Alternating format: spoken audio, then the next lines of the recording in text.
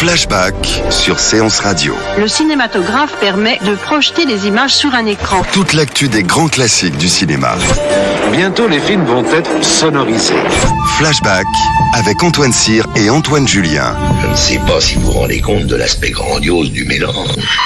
Our first full-length motion picture feature in color opens a whole new world of thrill. Flashback sur Séance Radio. Ça, c'est le cinéma. Cette semaine en Flashback, nous recevons Jérôme Ouibon pour ses documentaires consacrés à Jean-Paul Rapneau et Jean-Paul Belmondo. Jean-Paul Rapneau n'a réalisé que 8 longs métrages en 50 ans de carrière. Il n'en demeure pas moins l'un des maîtres étalons du grand cinéma populaire français. La vie de château, Le Sauvage, Cyrano de Bergerac, Bon Voyage, tant d'œuvres inspirées, brillantes, drôles et poignantes, qui racontent aussi une part de notre histoire. Pour célébrer cette belle filmographie, Pathé sort un coffret DVD regroupant 6 films du cinéaste, accompagné d'un documentaire dans les pas de Jean-Paul Rapneau, qui revient sur la carrière du réalisateur, émaillé de souvenirs et d'anecdotes, racontés par Julien Rapneau, Jean-Loup Dabadi, Juliette Binoche et beaucoup d'autres.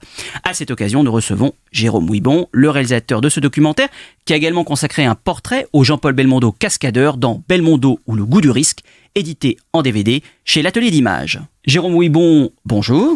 Bonjour Antoine. Merci d'être avec nous dans Flashback. Ce qui est frappant à la vision de votre documentaire, c'est de voir à quel point Jean-Paul Rapneau est le personnage de ces films. On a l'impression qu'il joue en permanence tous les rôles de ces films.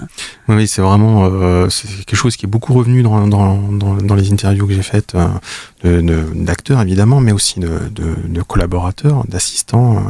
Et voilà, il est vraiment au cœur il vit les films. Alors, c'est parfois difficile. Enfin, ça reste très joyeux hein. Sur les plateaux, on n'est pas chez Piala, quoi. Donc pour le coup, mais voilà, ça peut être déstabilisant parfois pour certains comédiens.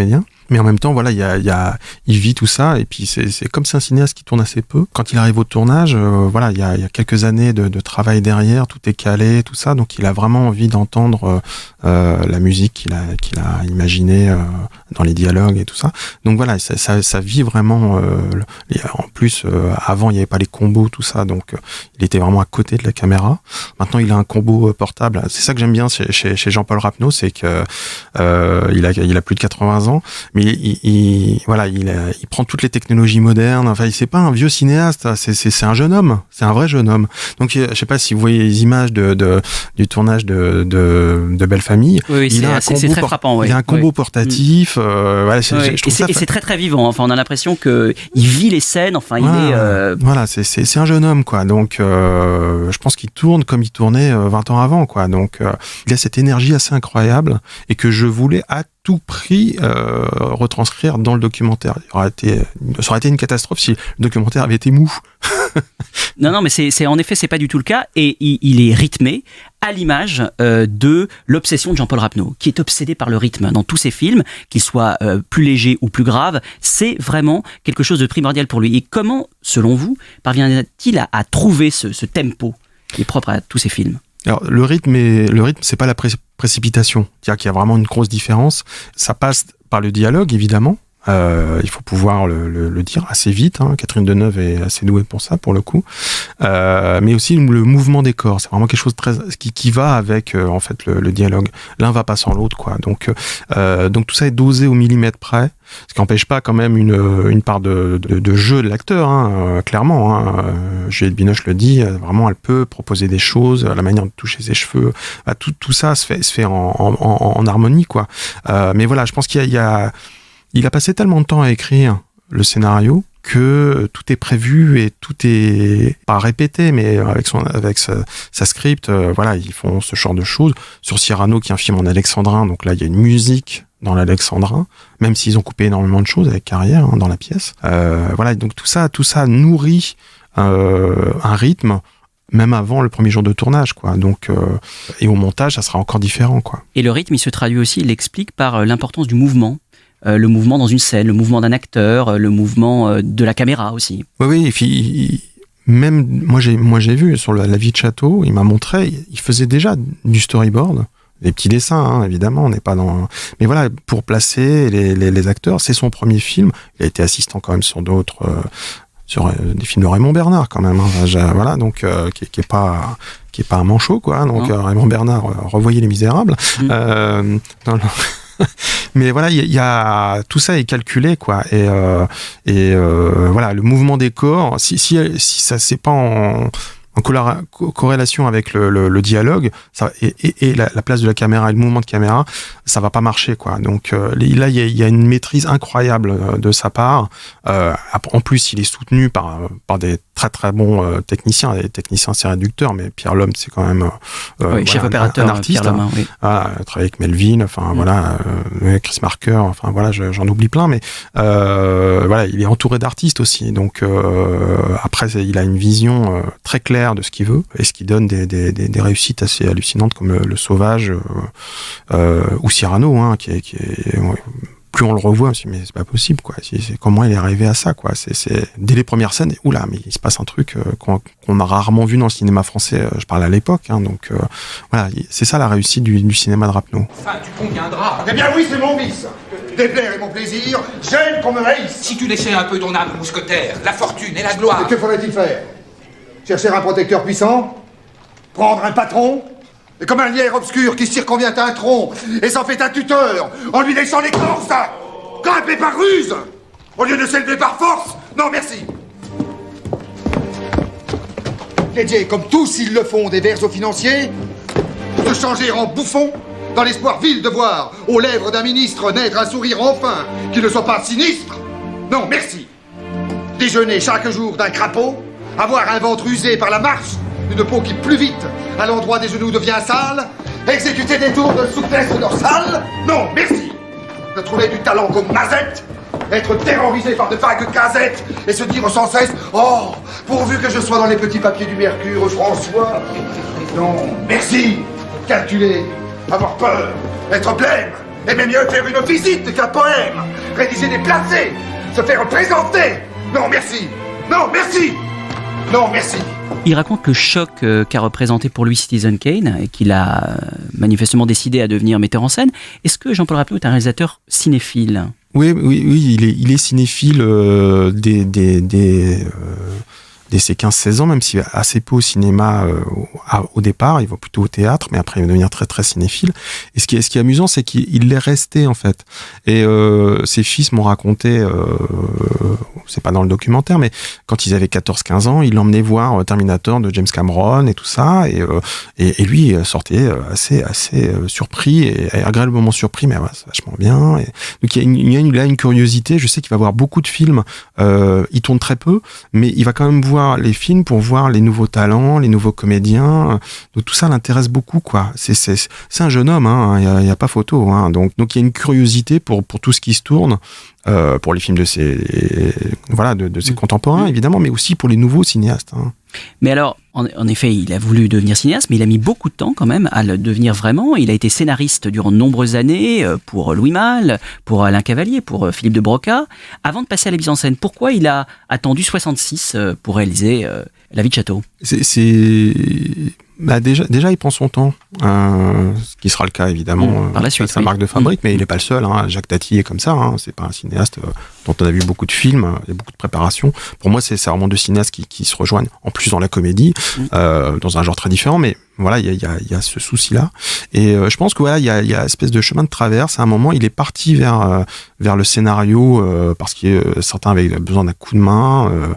C'est bien connu, sur l'homme de Rio, de Broca était empêtré dans une histoire où ça fonctionnait pas, quoi. Moi, je fais un documentaire sur l'homme de Rio il y a quelques années, et la partie la plus intéressante, c'est pas le tournage au Brésil avec les cascades, hein. C'est l'écriture du scénario, hein. Donc, ils étaient à 4 avec Ariane Mouchkine. Enfin bon, ils sont partis dans tous les sens, quoi. Donc, pour trouver une intrigue qui fonctionne.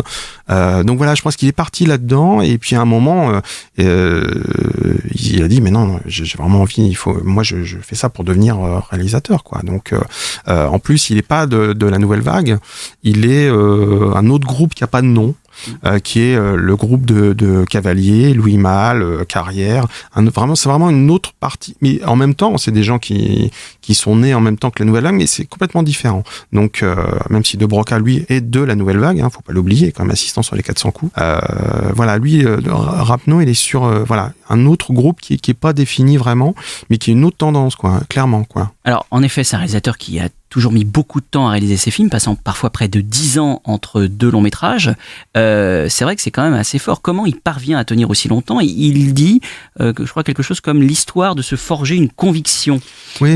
Tout ce temps de préparation, tout ce temps de latence avant de réaliser le film. Oui, c'est ça. Alors, il ne fait pas rien, évidemment. Il y a des projets qui vont être abandonnés aussi, malheureusement. Enfin, malheureusement, je sais qu'après Tout feu, tout flamme, il a ce projet qui s'appelle Chic, sur la mode, avec, excusez-moi, mais Catherine Deneuve et Isabelle Adjani, quand même, au projet. Qui ne se montent pas.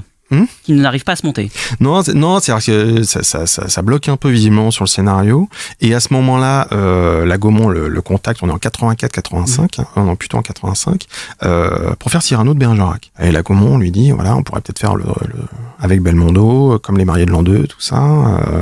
Et en fait, Rapneau, lui, ce qu'il a envie, c'est, moi, je voudrais faire un film avec Depardieu. Bon, et je viens de voir un film, là, je vous le dis, mais je paraphrase, mais c'est ça. Il vient de voir Amadeus, de Miloš Forman, et il dit à Gaumont, et à Alain Poiret, le producteur de Gaumont, il faut qu'on fasse un film visuellement comme Amadeus, voire mieux. Donc, très très cher pour le coup. et donc la Gaumont va faire marche arrière. Donc voilà, il a des projets qu'il n'arrive pas à monter, et finalement il arrivera à faire ses 90 Cyrano avec un autre producteur, René Klettmann, et Depardieu.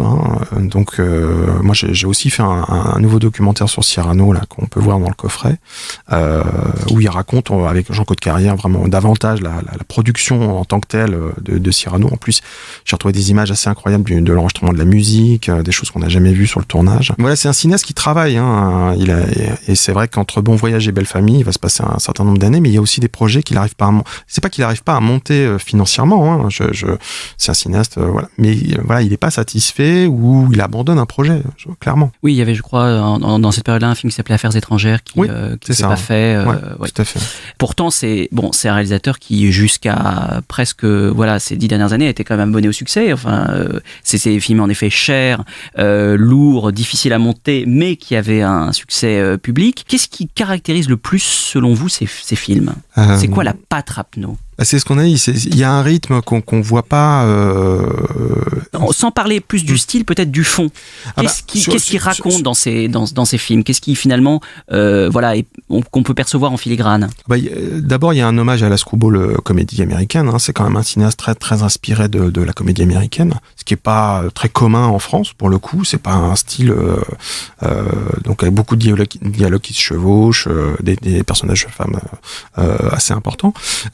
Et il a, et en même temps, c'est très ancré dans l'histoire française. C'est-à-dire que Tout feu, tout flamme ou Belle Famille, et évidemment La vie de château, sont des films vraiment très ancrés dans notre histoire. D'ailleurs, La vie de château sort quelques mois avant la Grande Vadrouille. Oui, il faut peut-être rappeler le contexte historique de La vie de château. C'est-à-dire que La vie de château raconte le débarquement. Enfin, je vous spoil le film, je suis désolé. Pour ceux qui l'ont pas vu, on s'en excuse, mais il faut le voir quand même. Ça raconte quelques jours avant le débarquement des Alliés en 44.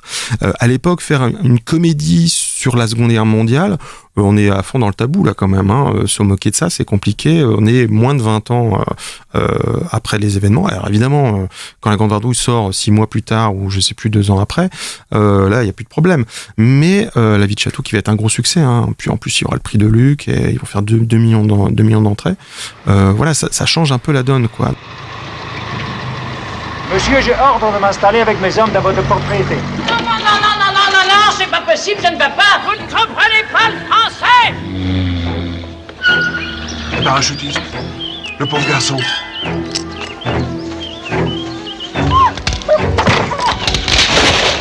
Ah, comment non? Vous ne connaissez pas le frère de ma femme? Très honoré, monsieur. Le frère de qui? Mais quoi, Bobby? J'ai un message pour toi. Ah? Oui, voilà. Alors tu viens jouer la comédie à ton père. Papa, mon mari ne m'aime pas. Il est derrière mon dos. Tu débauches ton meilleur soldat. Maintenant, je sais, vous êtes la seule femme. Les autres n'existent pas. Oh, des cocos! Ce sont des explosifs. Oh, mon Dieu! Mais pourquoi faire? Des sabotages. Sabotage? Quelle bonne idée! Qui êtes-vous, hein? Lâchez-le! Votre femme est partie avec son amant. Mon piano! Eh ben, c'est n'est pas fait. Mais non, faites pas une histoire. Elle reviendra, votre fille. Vous ne souvenez pas de ma fille? Alors de qui? Les Américains. Qu'est-ce qu'ils vous ont fait? Ils débarquent demain matin. Il aborde aussi des sujets qu'on voit assez peu dans la comédie française. Il est vraiment à part, quoi.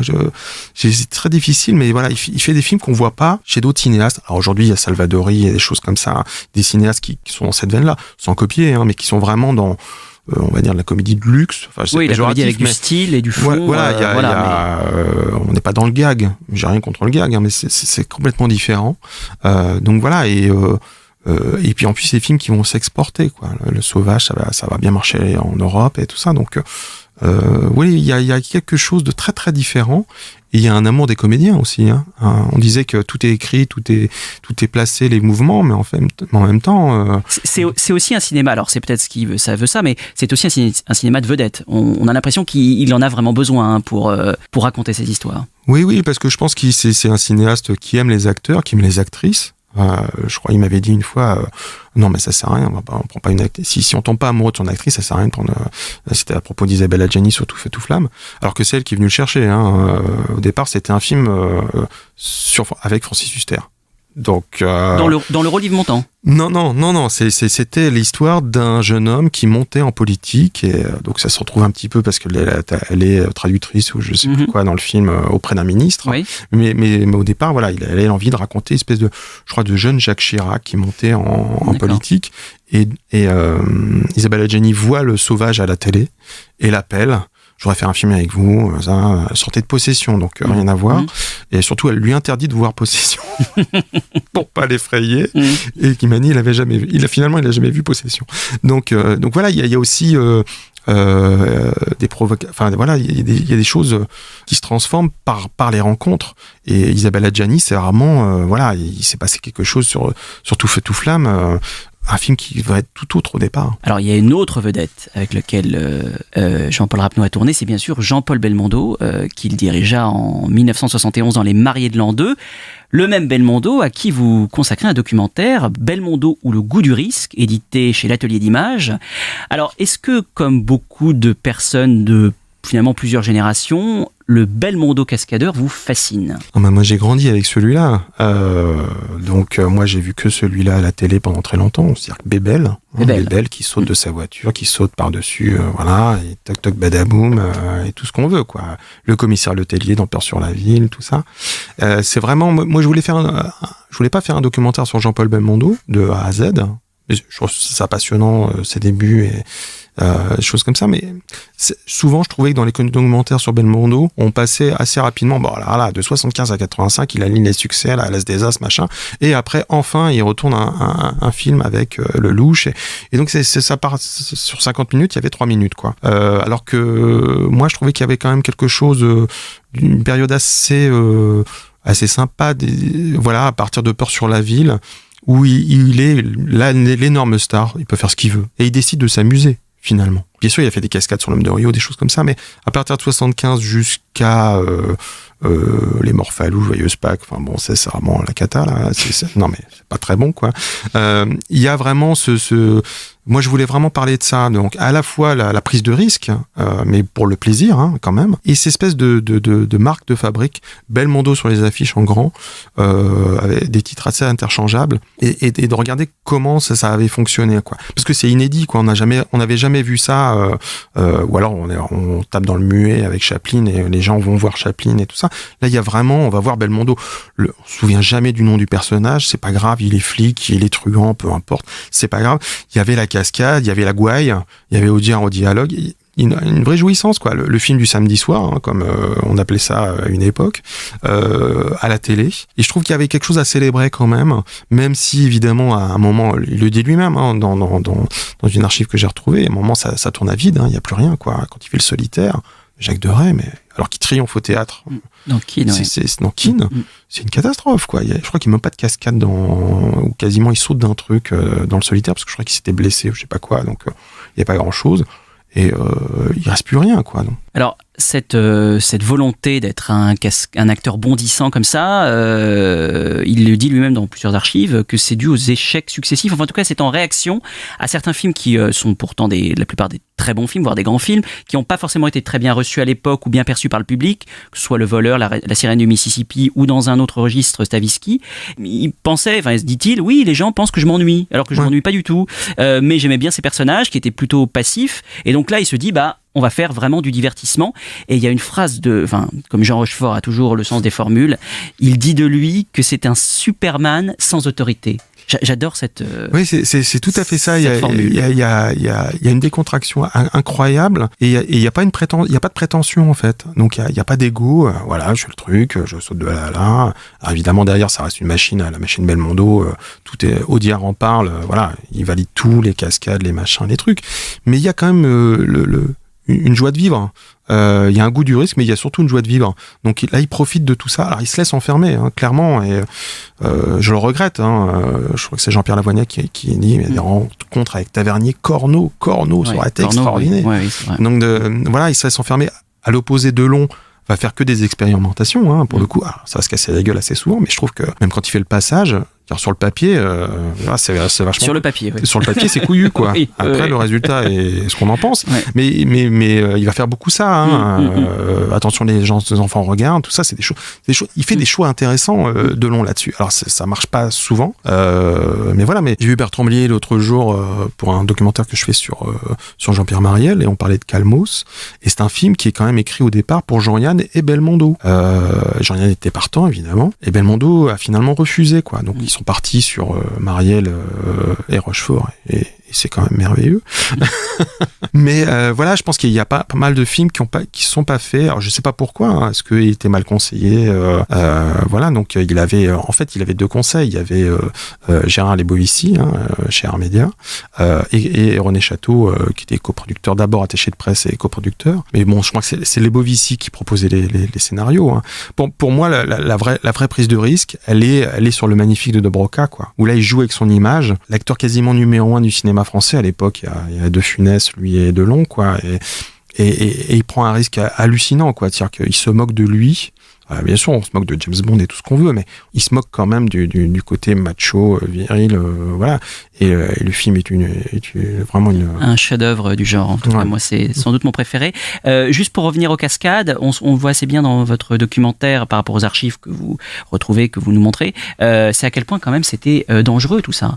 À quel point, je crois que c'est le fils de Claude Cariez qui dit que Peur sur la ville, on pourrait pas le refaire de la même manière aujourd'hui. Et en avait-il conscience de ça, de ce danger? Oui, il y a une vraie conscience, c'est-à-dire que c'est pas un casse-cou, pour le coup, il est entouré d'amis cascadeurs, Daniel Vérité, Claude Cariez. Moi, je suis très content d'avoir trouvé les images du tournage de Peur sur la ville, qu'on n'avait jamais vu en France, donc c'était vraiment fabuleux. Quand il est suspendu à un balcon, là, je vois pas trop où est le câble. Non, on le voit pas, non. Pas vu, moi. Donc, et quand il est suspendu à Beaugrenelle, sur le filin, il fait des vannes, quand même. Il est à 30 mètres au-dessus du sol. Toujours décontracté. Donc, il y a Henri Verneuil qui est tranquille dans l'appartement, voilà. Et Belmondo fait une vanne, quoi. Donc j'ai dit donc moi ça va. Quand j'ai découvert ça, j'étais hilar, et puis ça a fonctionné très bien quand on a fait une projo. Tout le monde était incroyable. Enfin, je pense que voilà, il y a quand même une conscience du danger. Si c'est trop dangereux, il le fera pas. Ça c'est sûr. Mais en même temps, il a envie de le faire. Donc, quand il tombe de l'escalier dans l'animal et qui se casse voilà, mais il y retourne quand même. Il y retourne. Ça c'est il se bat avec un tigre. Enfin, je veux dire, bon, c'est grotesque quasiment. Enfin, pourquoi ça sert? Donc, ça l'amusait. Ça l'amuse. Audiard le dit. C'est-à-dire que, il y a qu'à lui dire qu'il peut monter sur un avion, il va le faire. C'est un jeu de con, quoi. Comme dit Audiard. Eh bien, Jérôme Ouibon, merci beaucoup. Je rappelle que votre documentaire Dans les pas de Jean-Paul Rapneau accompagne le coffret de 6 films de Jean-Paul Rapneau, édité chez Pathé. Donc, on peut retrouver Cyrano de Bergerac, Le Hussard sur le toit, Tout feu, tout flamme, La vie de château, Le sauvage. Non, ce que je voulais dire, c'est qu'il... Et Les Maris de l'an 2. Et Les Maris de l'an 2, il passera à la Cinémathèque lors de la rétrospective de Jean-Paul Rapneau. Et sur Ciné Plus en novembre, je n'ai pas la date. Mais voilà, donc, mais il y aura une projection à la Cinémathèque pendant la rétro. De votre documentaire ? Oui. Très bien. Vous faites bien d'en parler, puisqu'en effet, une rétrospective Jean-Paul Rapneau a lieu à la Cinémathèque française du 24 octobre au 3 novembre. La ressortie de Cyrano de Bergerac en version restaurée 4K le 31 octobre. Ressortie également en salle du Sauvage, Tout feu, tout flamme et Le hussard sur le toit le 14 novembre. Donc, si vous aimez Jean-Paul Rapneau ou si vous ne le connaissez pas, c'est une occasion idéale. Et puis, la sortie donc du documentaire Belmondo ou Le goût du risque, édité à l'atelier d'images en DVD. Et puis, Jérôme, vous terminez votre travail aussi sur Philippe de Broca. Oui, je sors un livre sur le Magnifique, sur le tournage du Magnifique, avec une centaine de photos inédites. Il y a même des photos de scènes coupées au montage, avec les témoignages de pas mal de gens qui ont travaillé sur le film. Ça sort chez l'éditeur Cocorico le 26 octobre, si je ne m'abuse, avec une préface de Jean-Paul Belmondo. Eh bien voilà, vous savez tout. Merci beaucoup. Flashback sur Séance Radio. Le cinématographe permet de projeter les images sur un écran. Toute l'actu des grands classiques du cinéma. Bientôt, les films vont être sonorisés. Flashback avec Antoine Cyr et Antoine Julien. Je ne sais pas si vous vous rendez compte de l'aspect grandiose du mélange.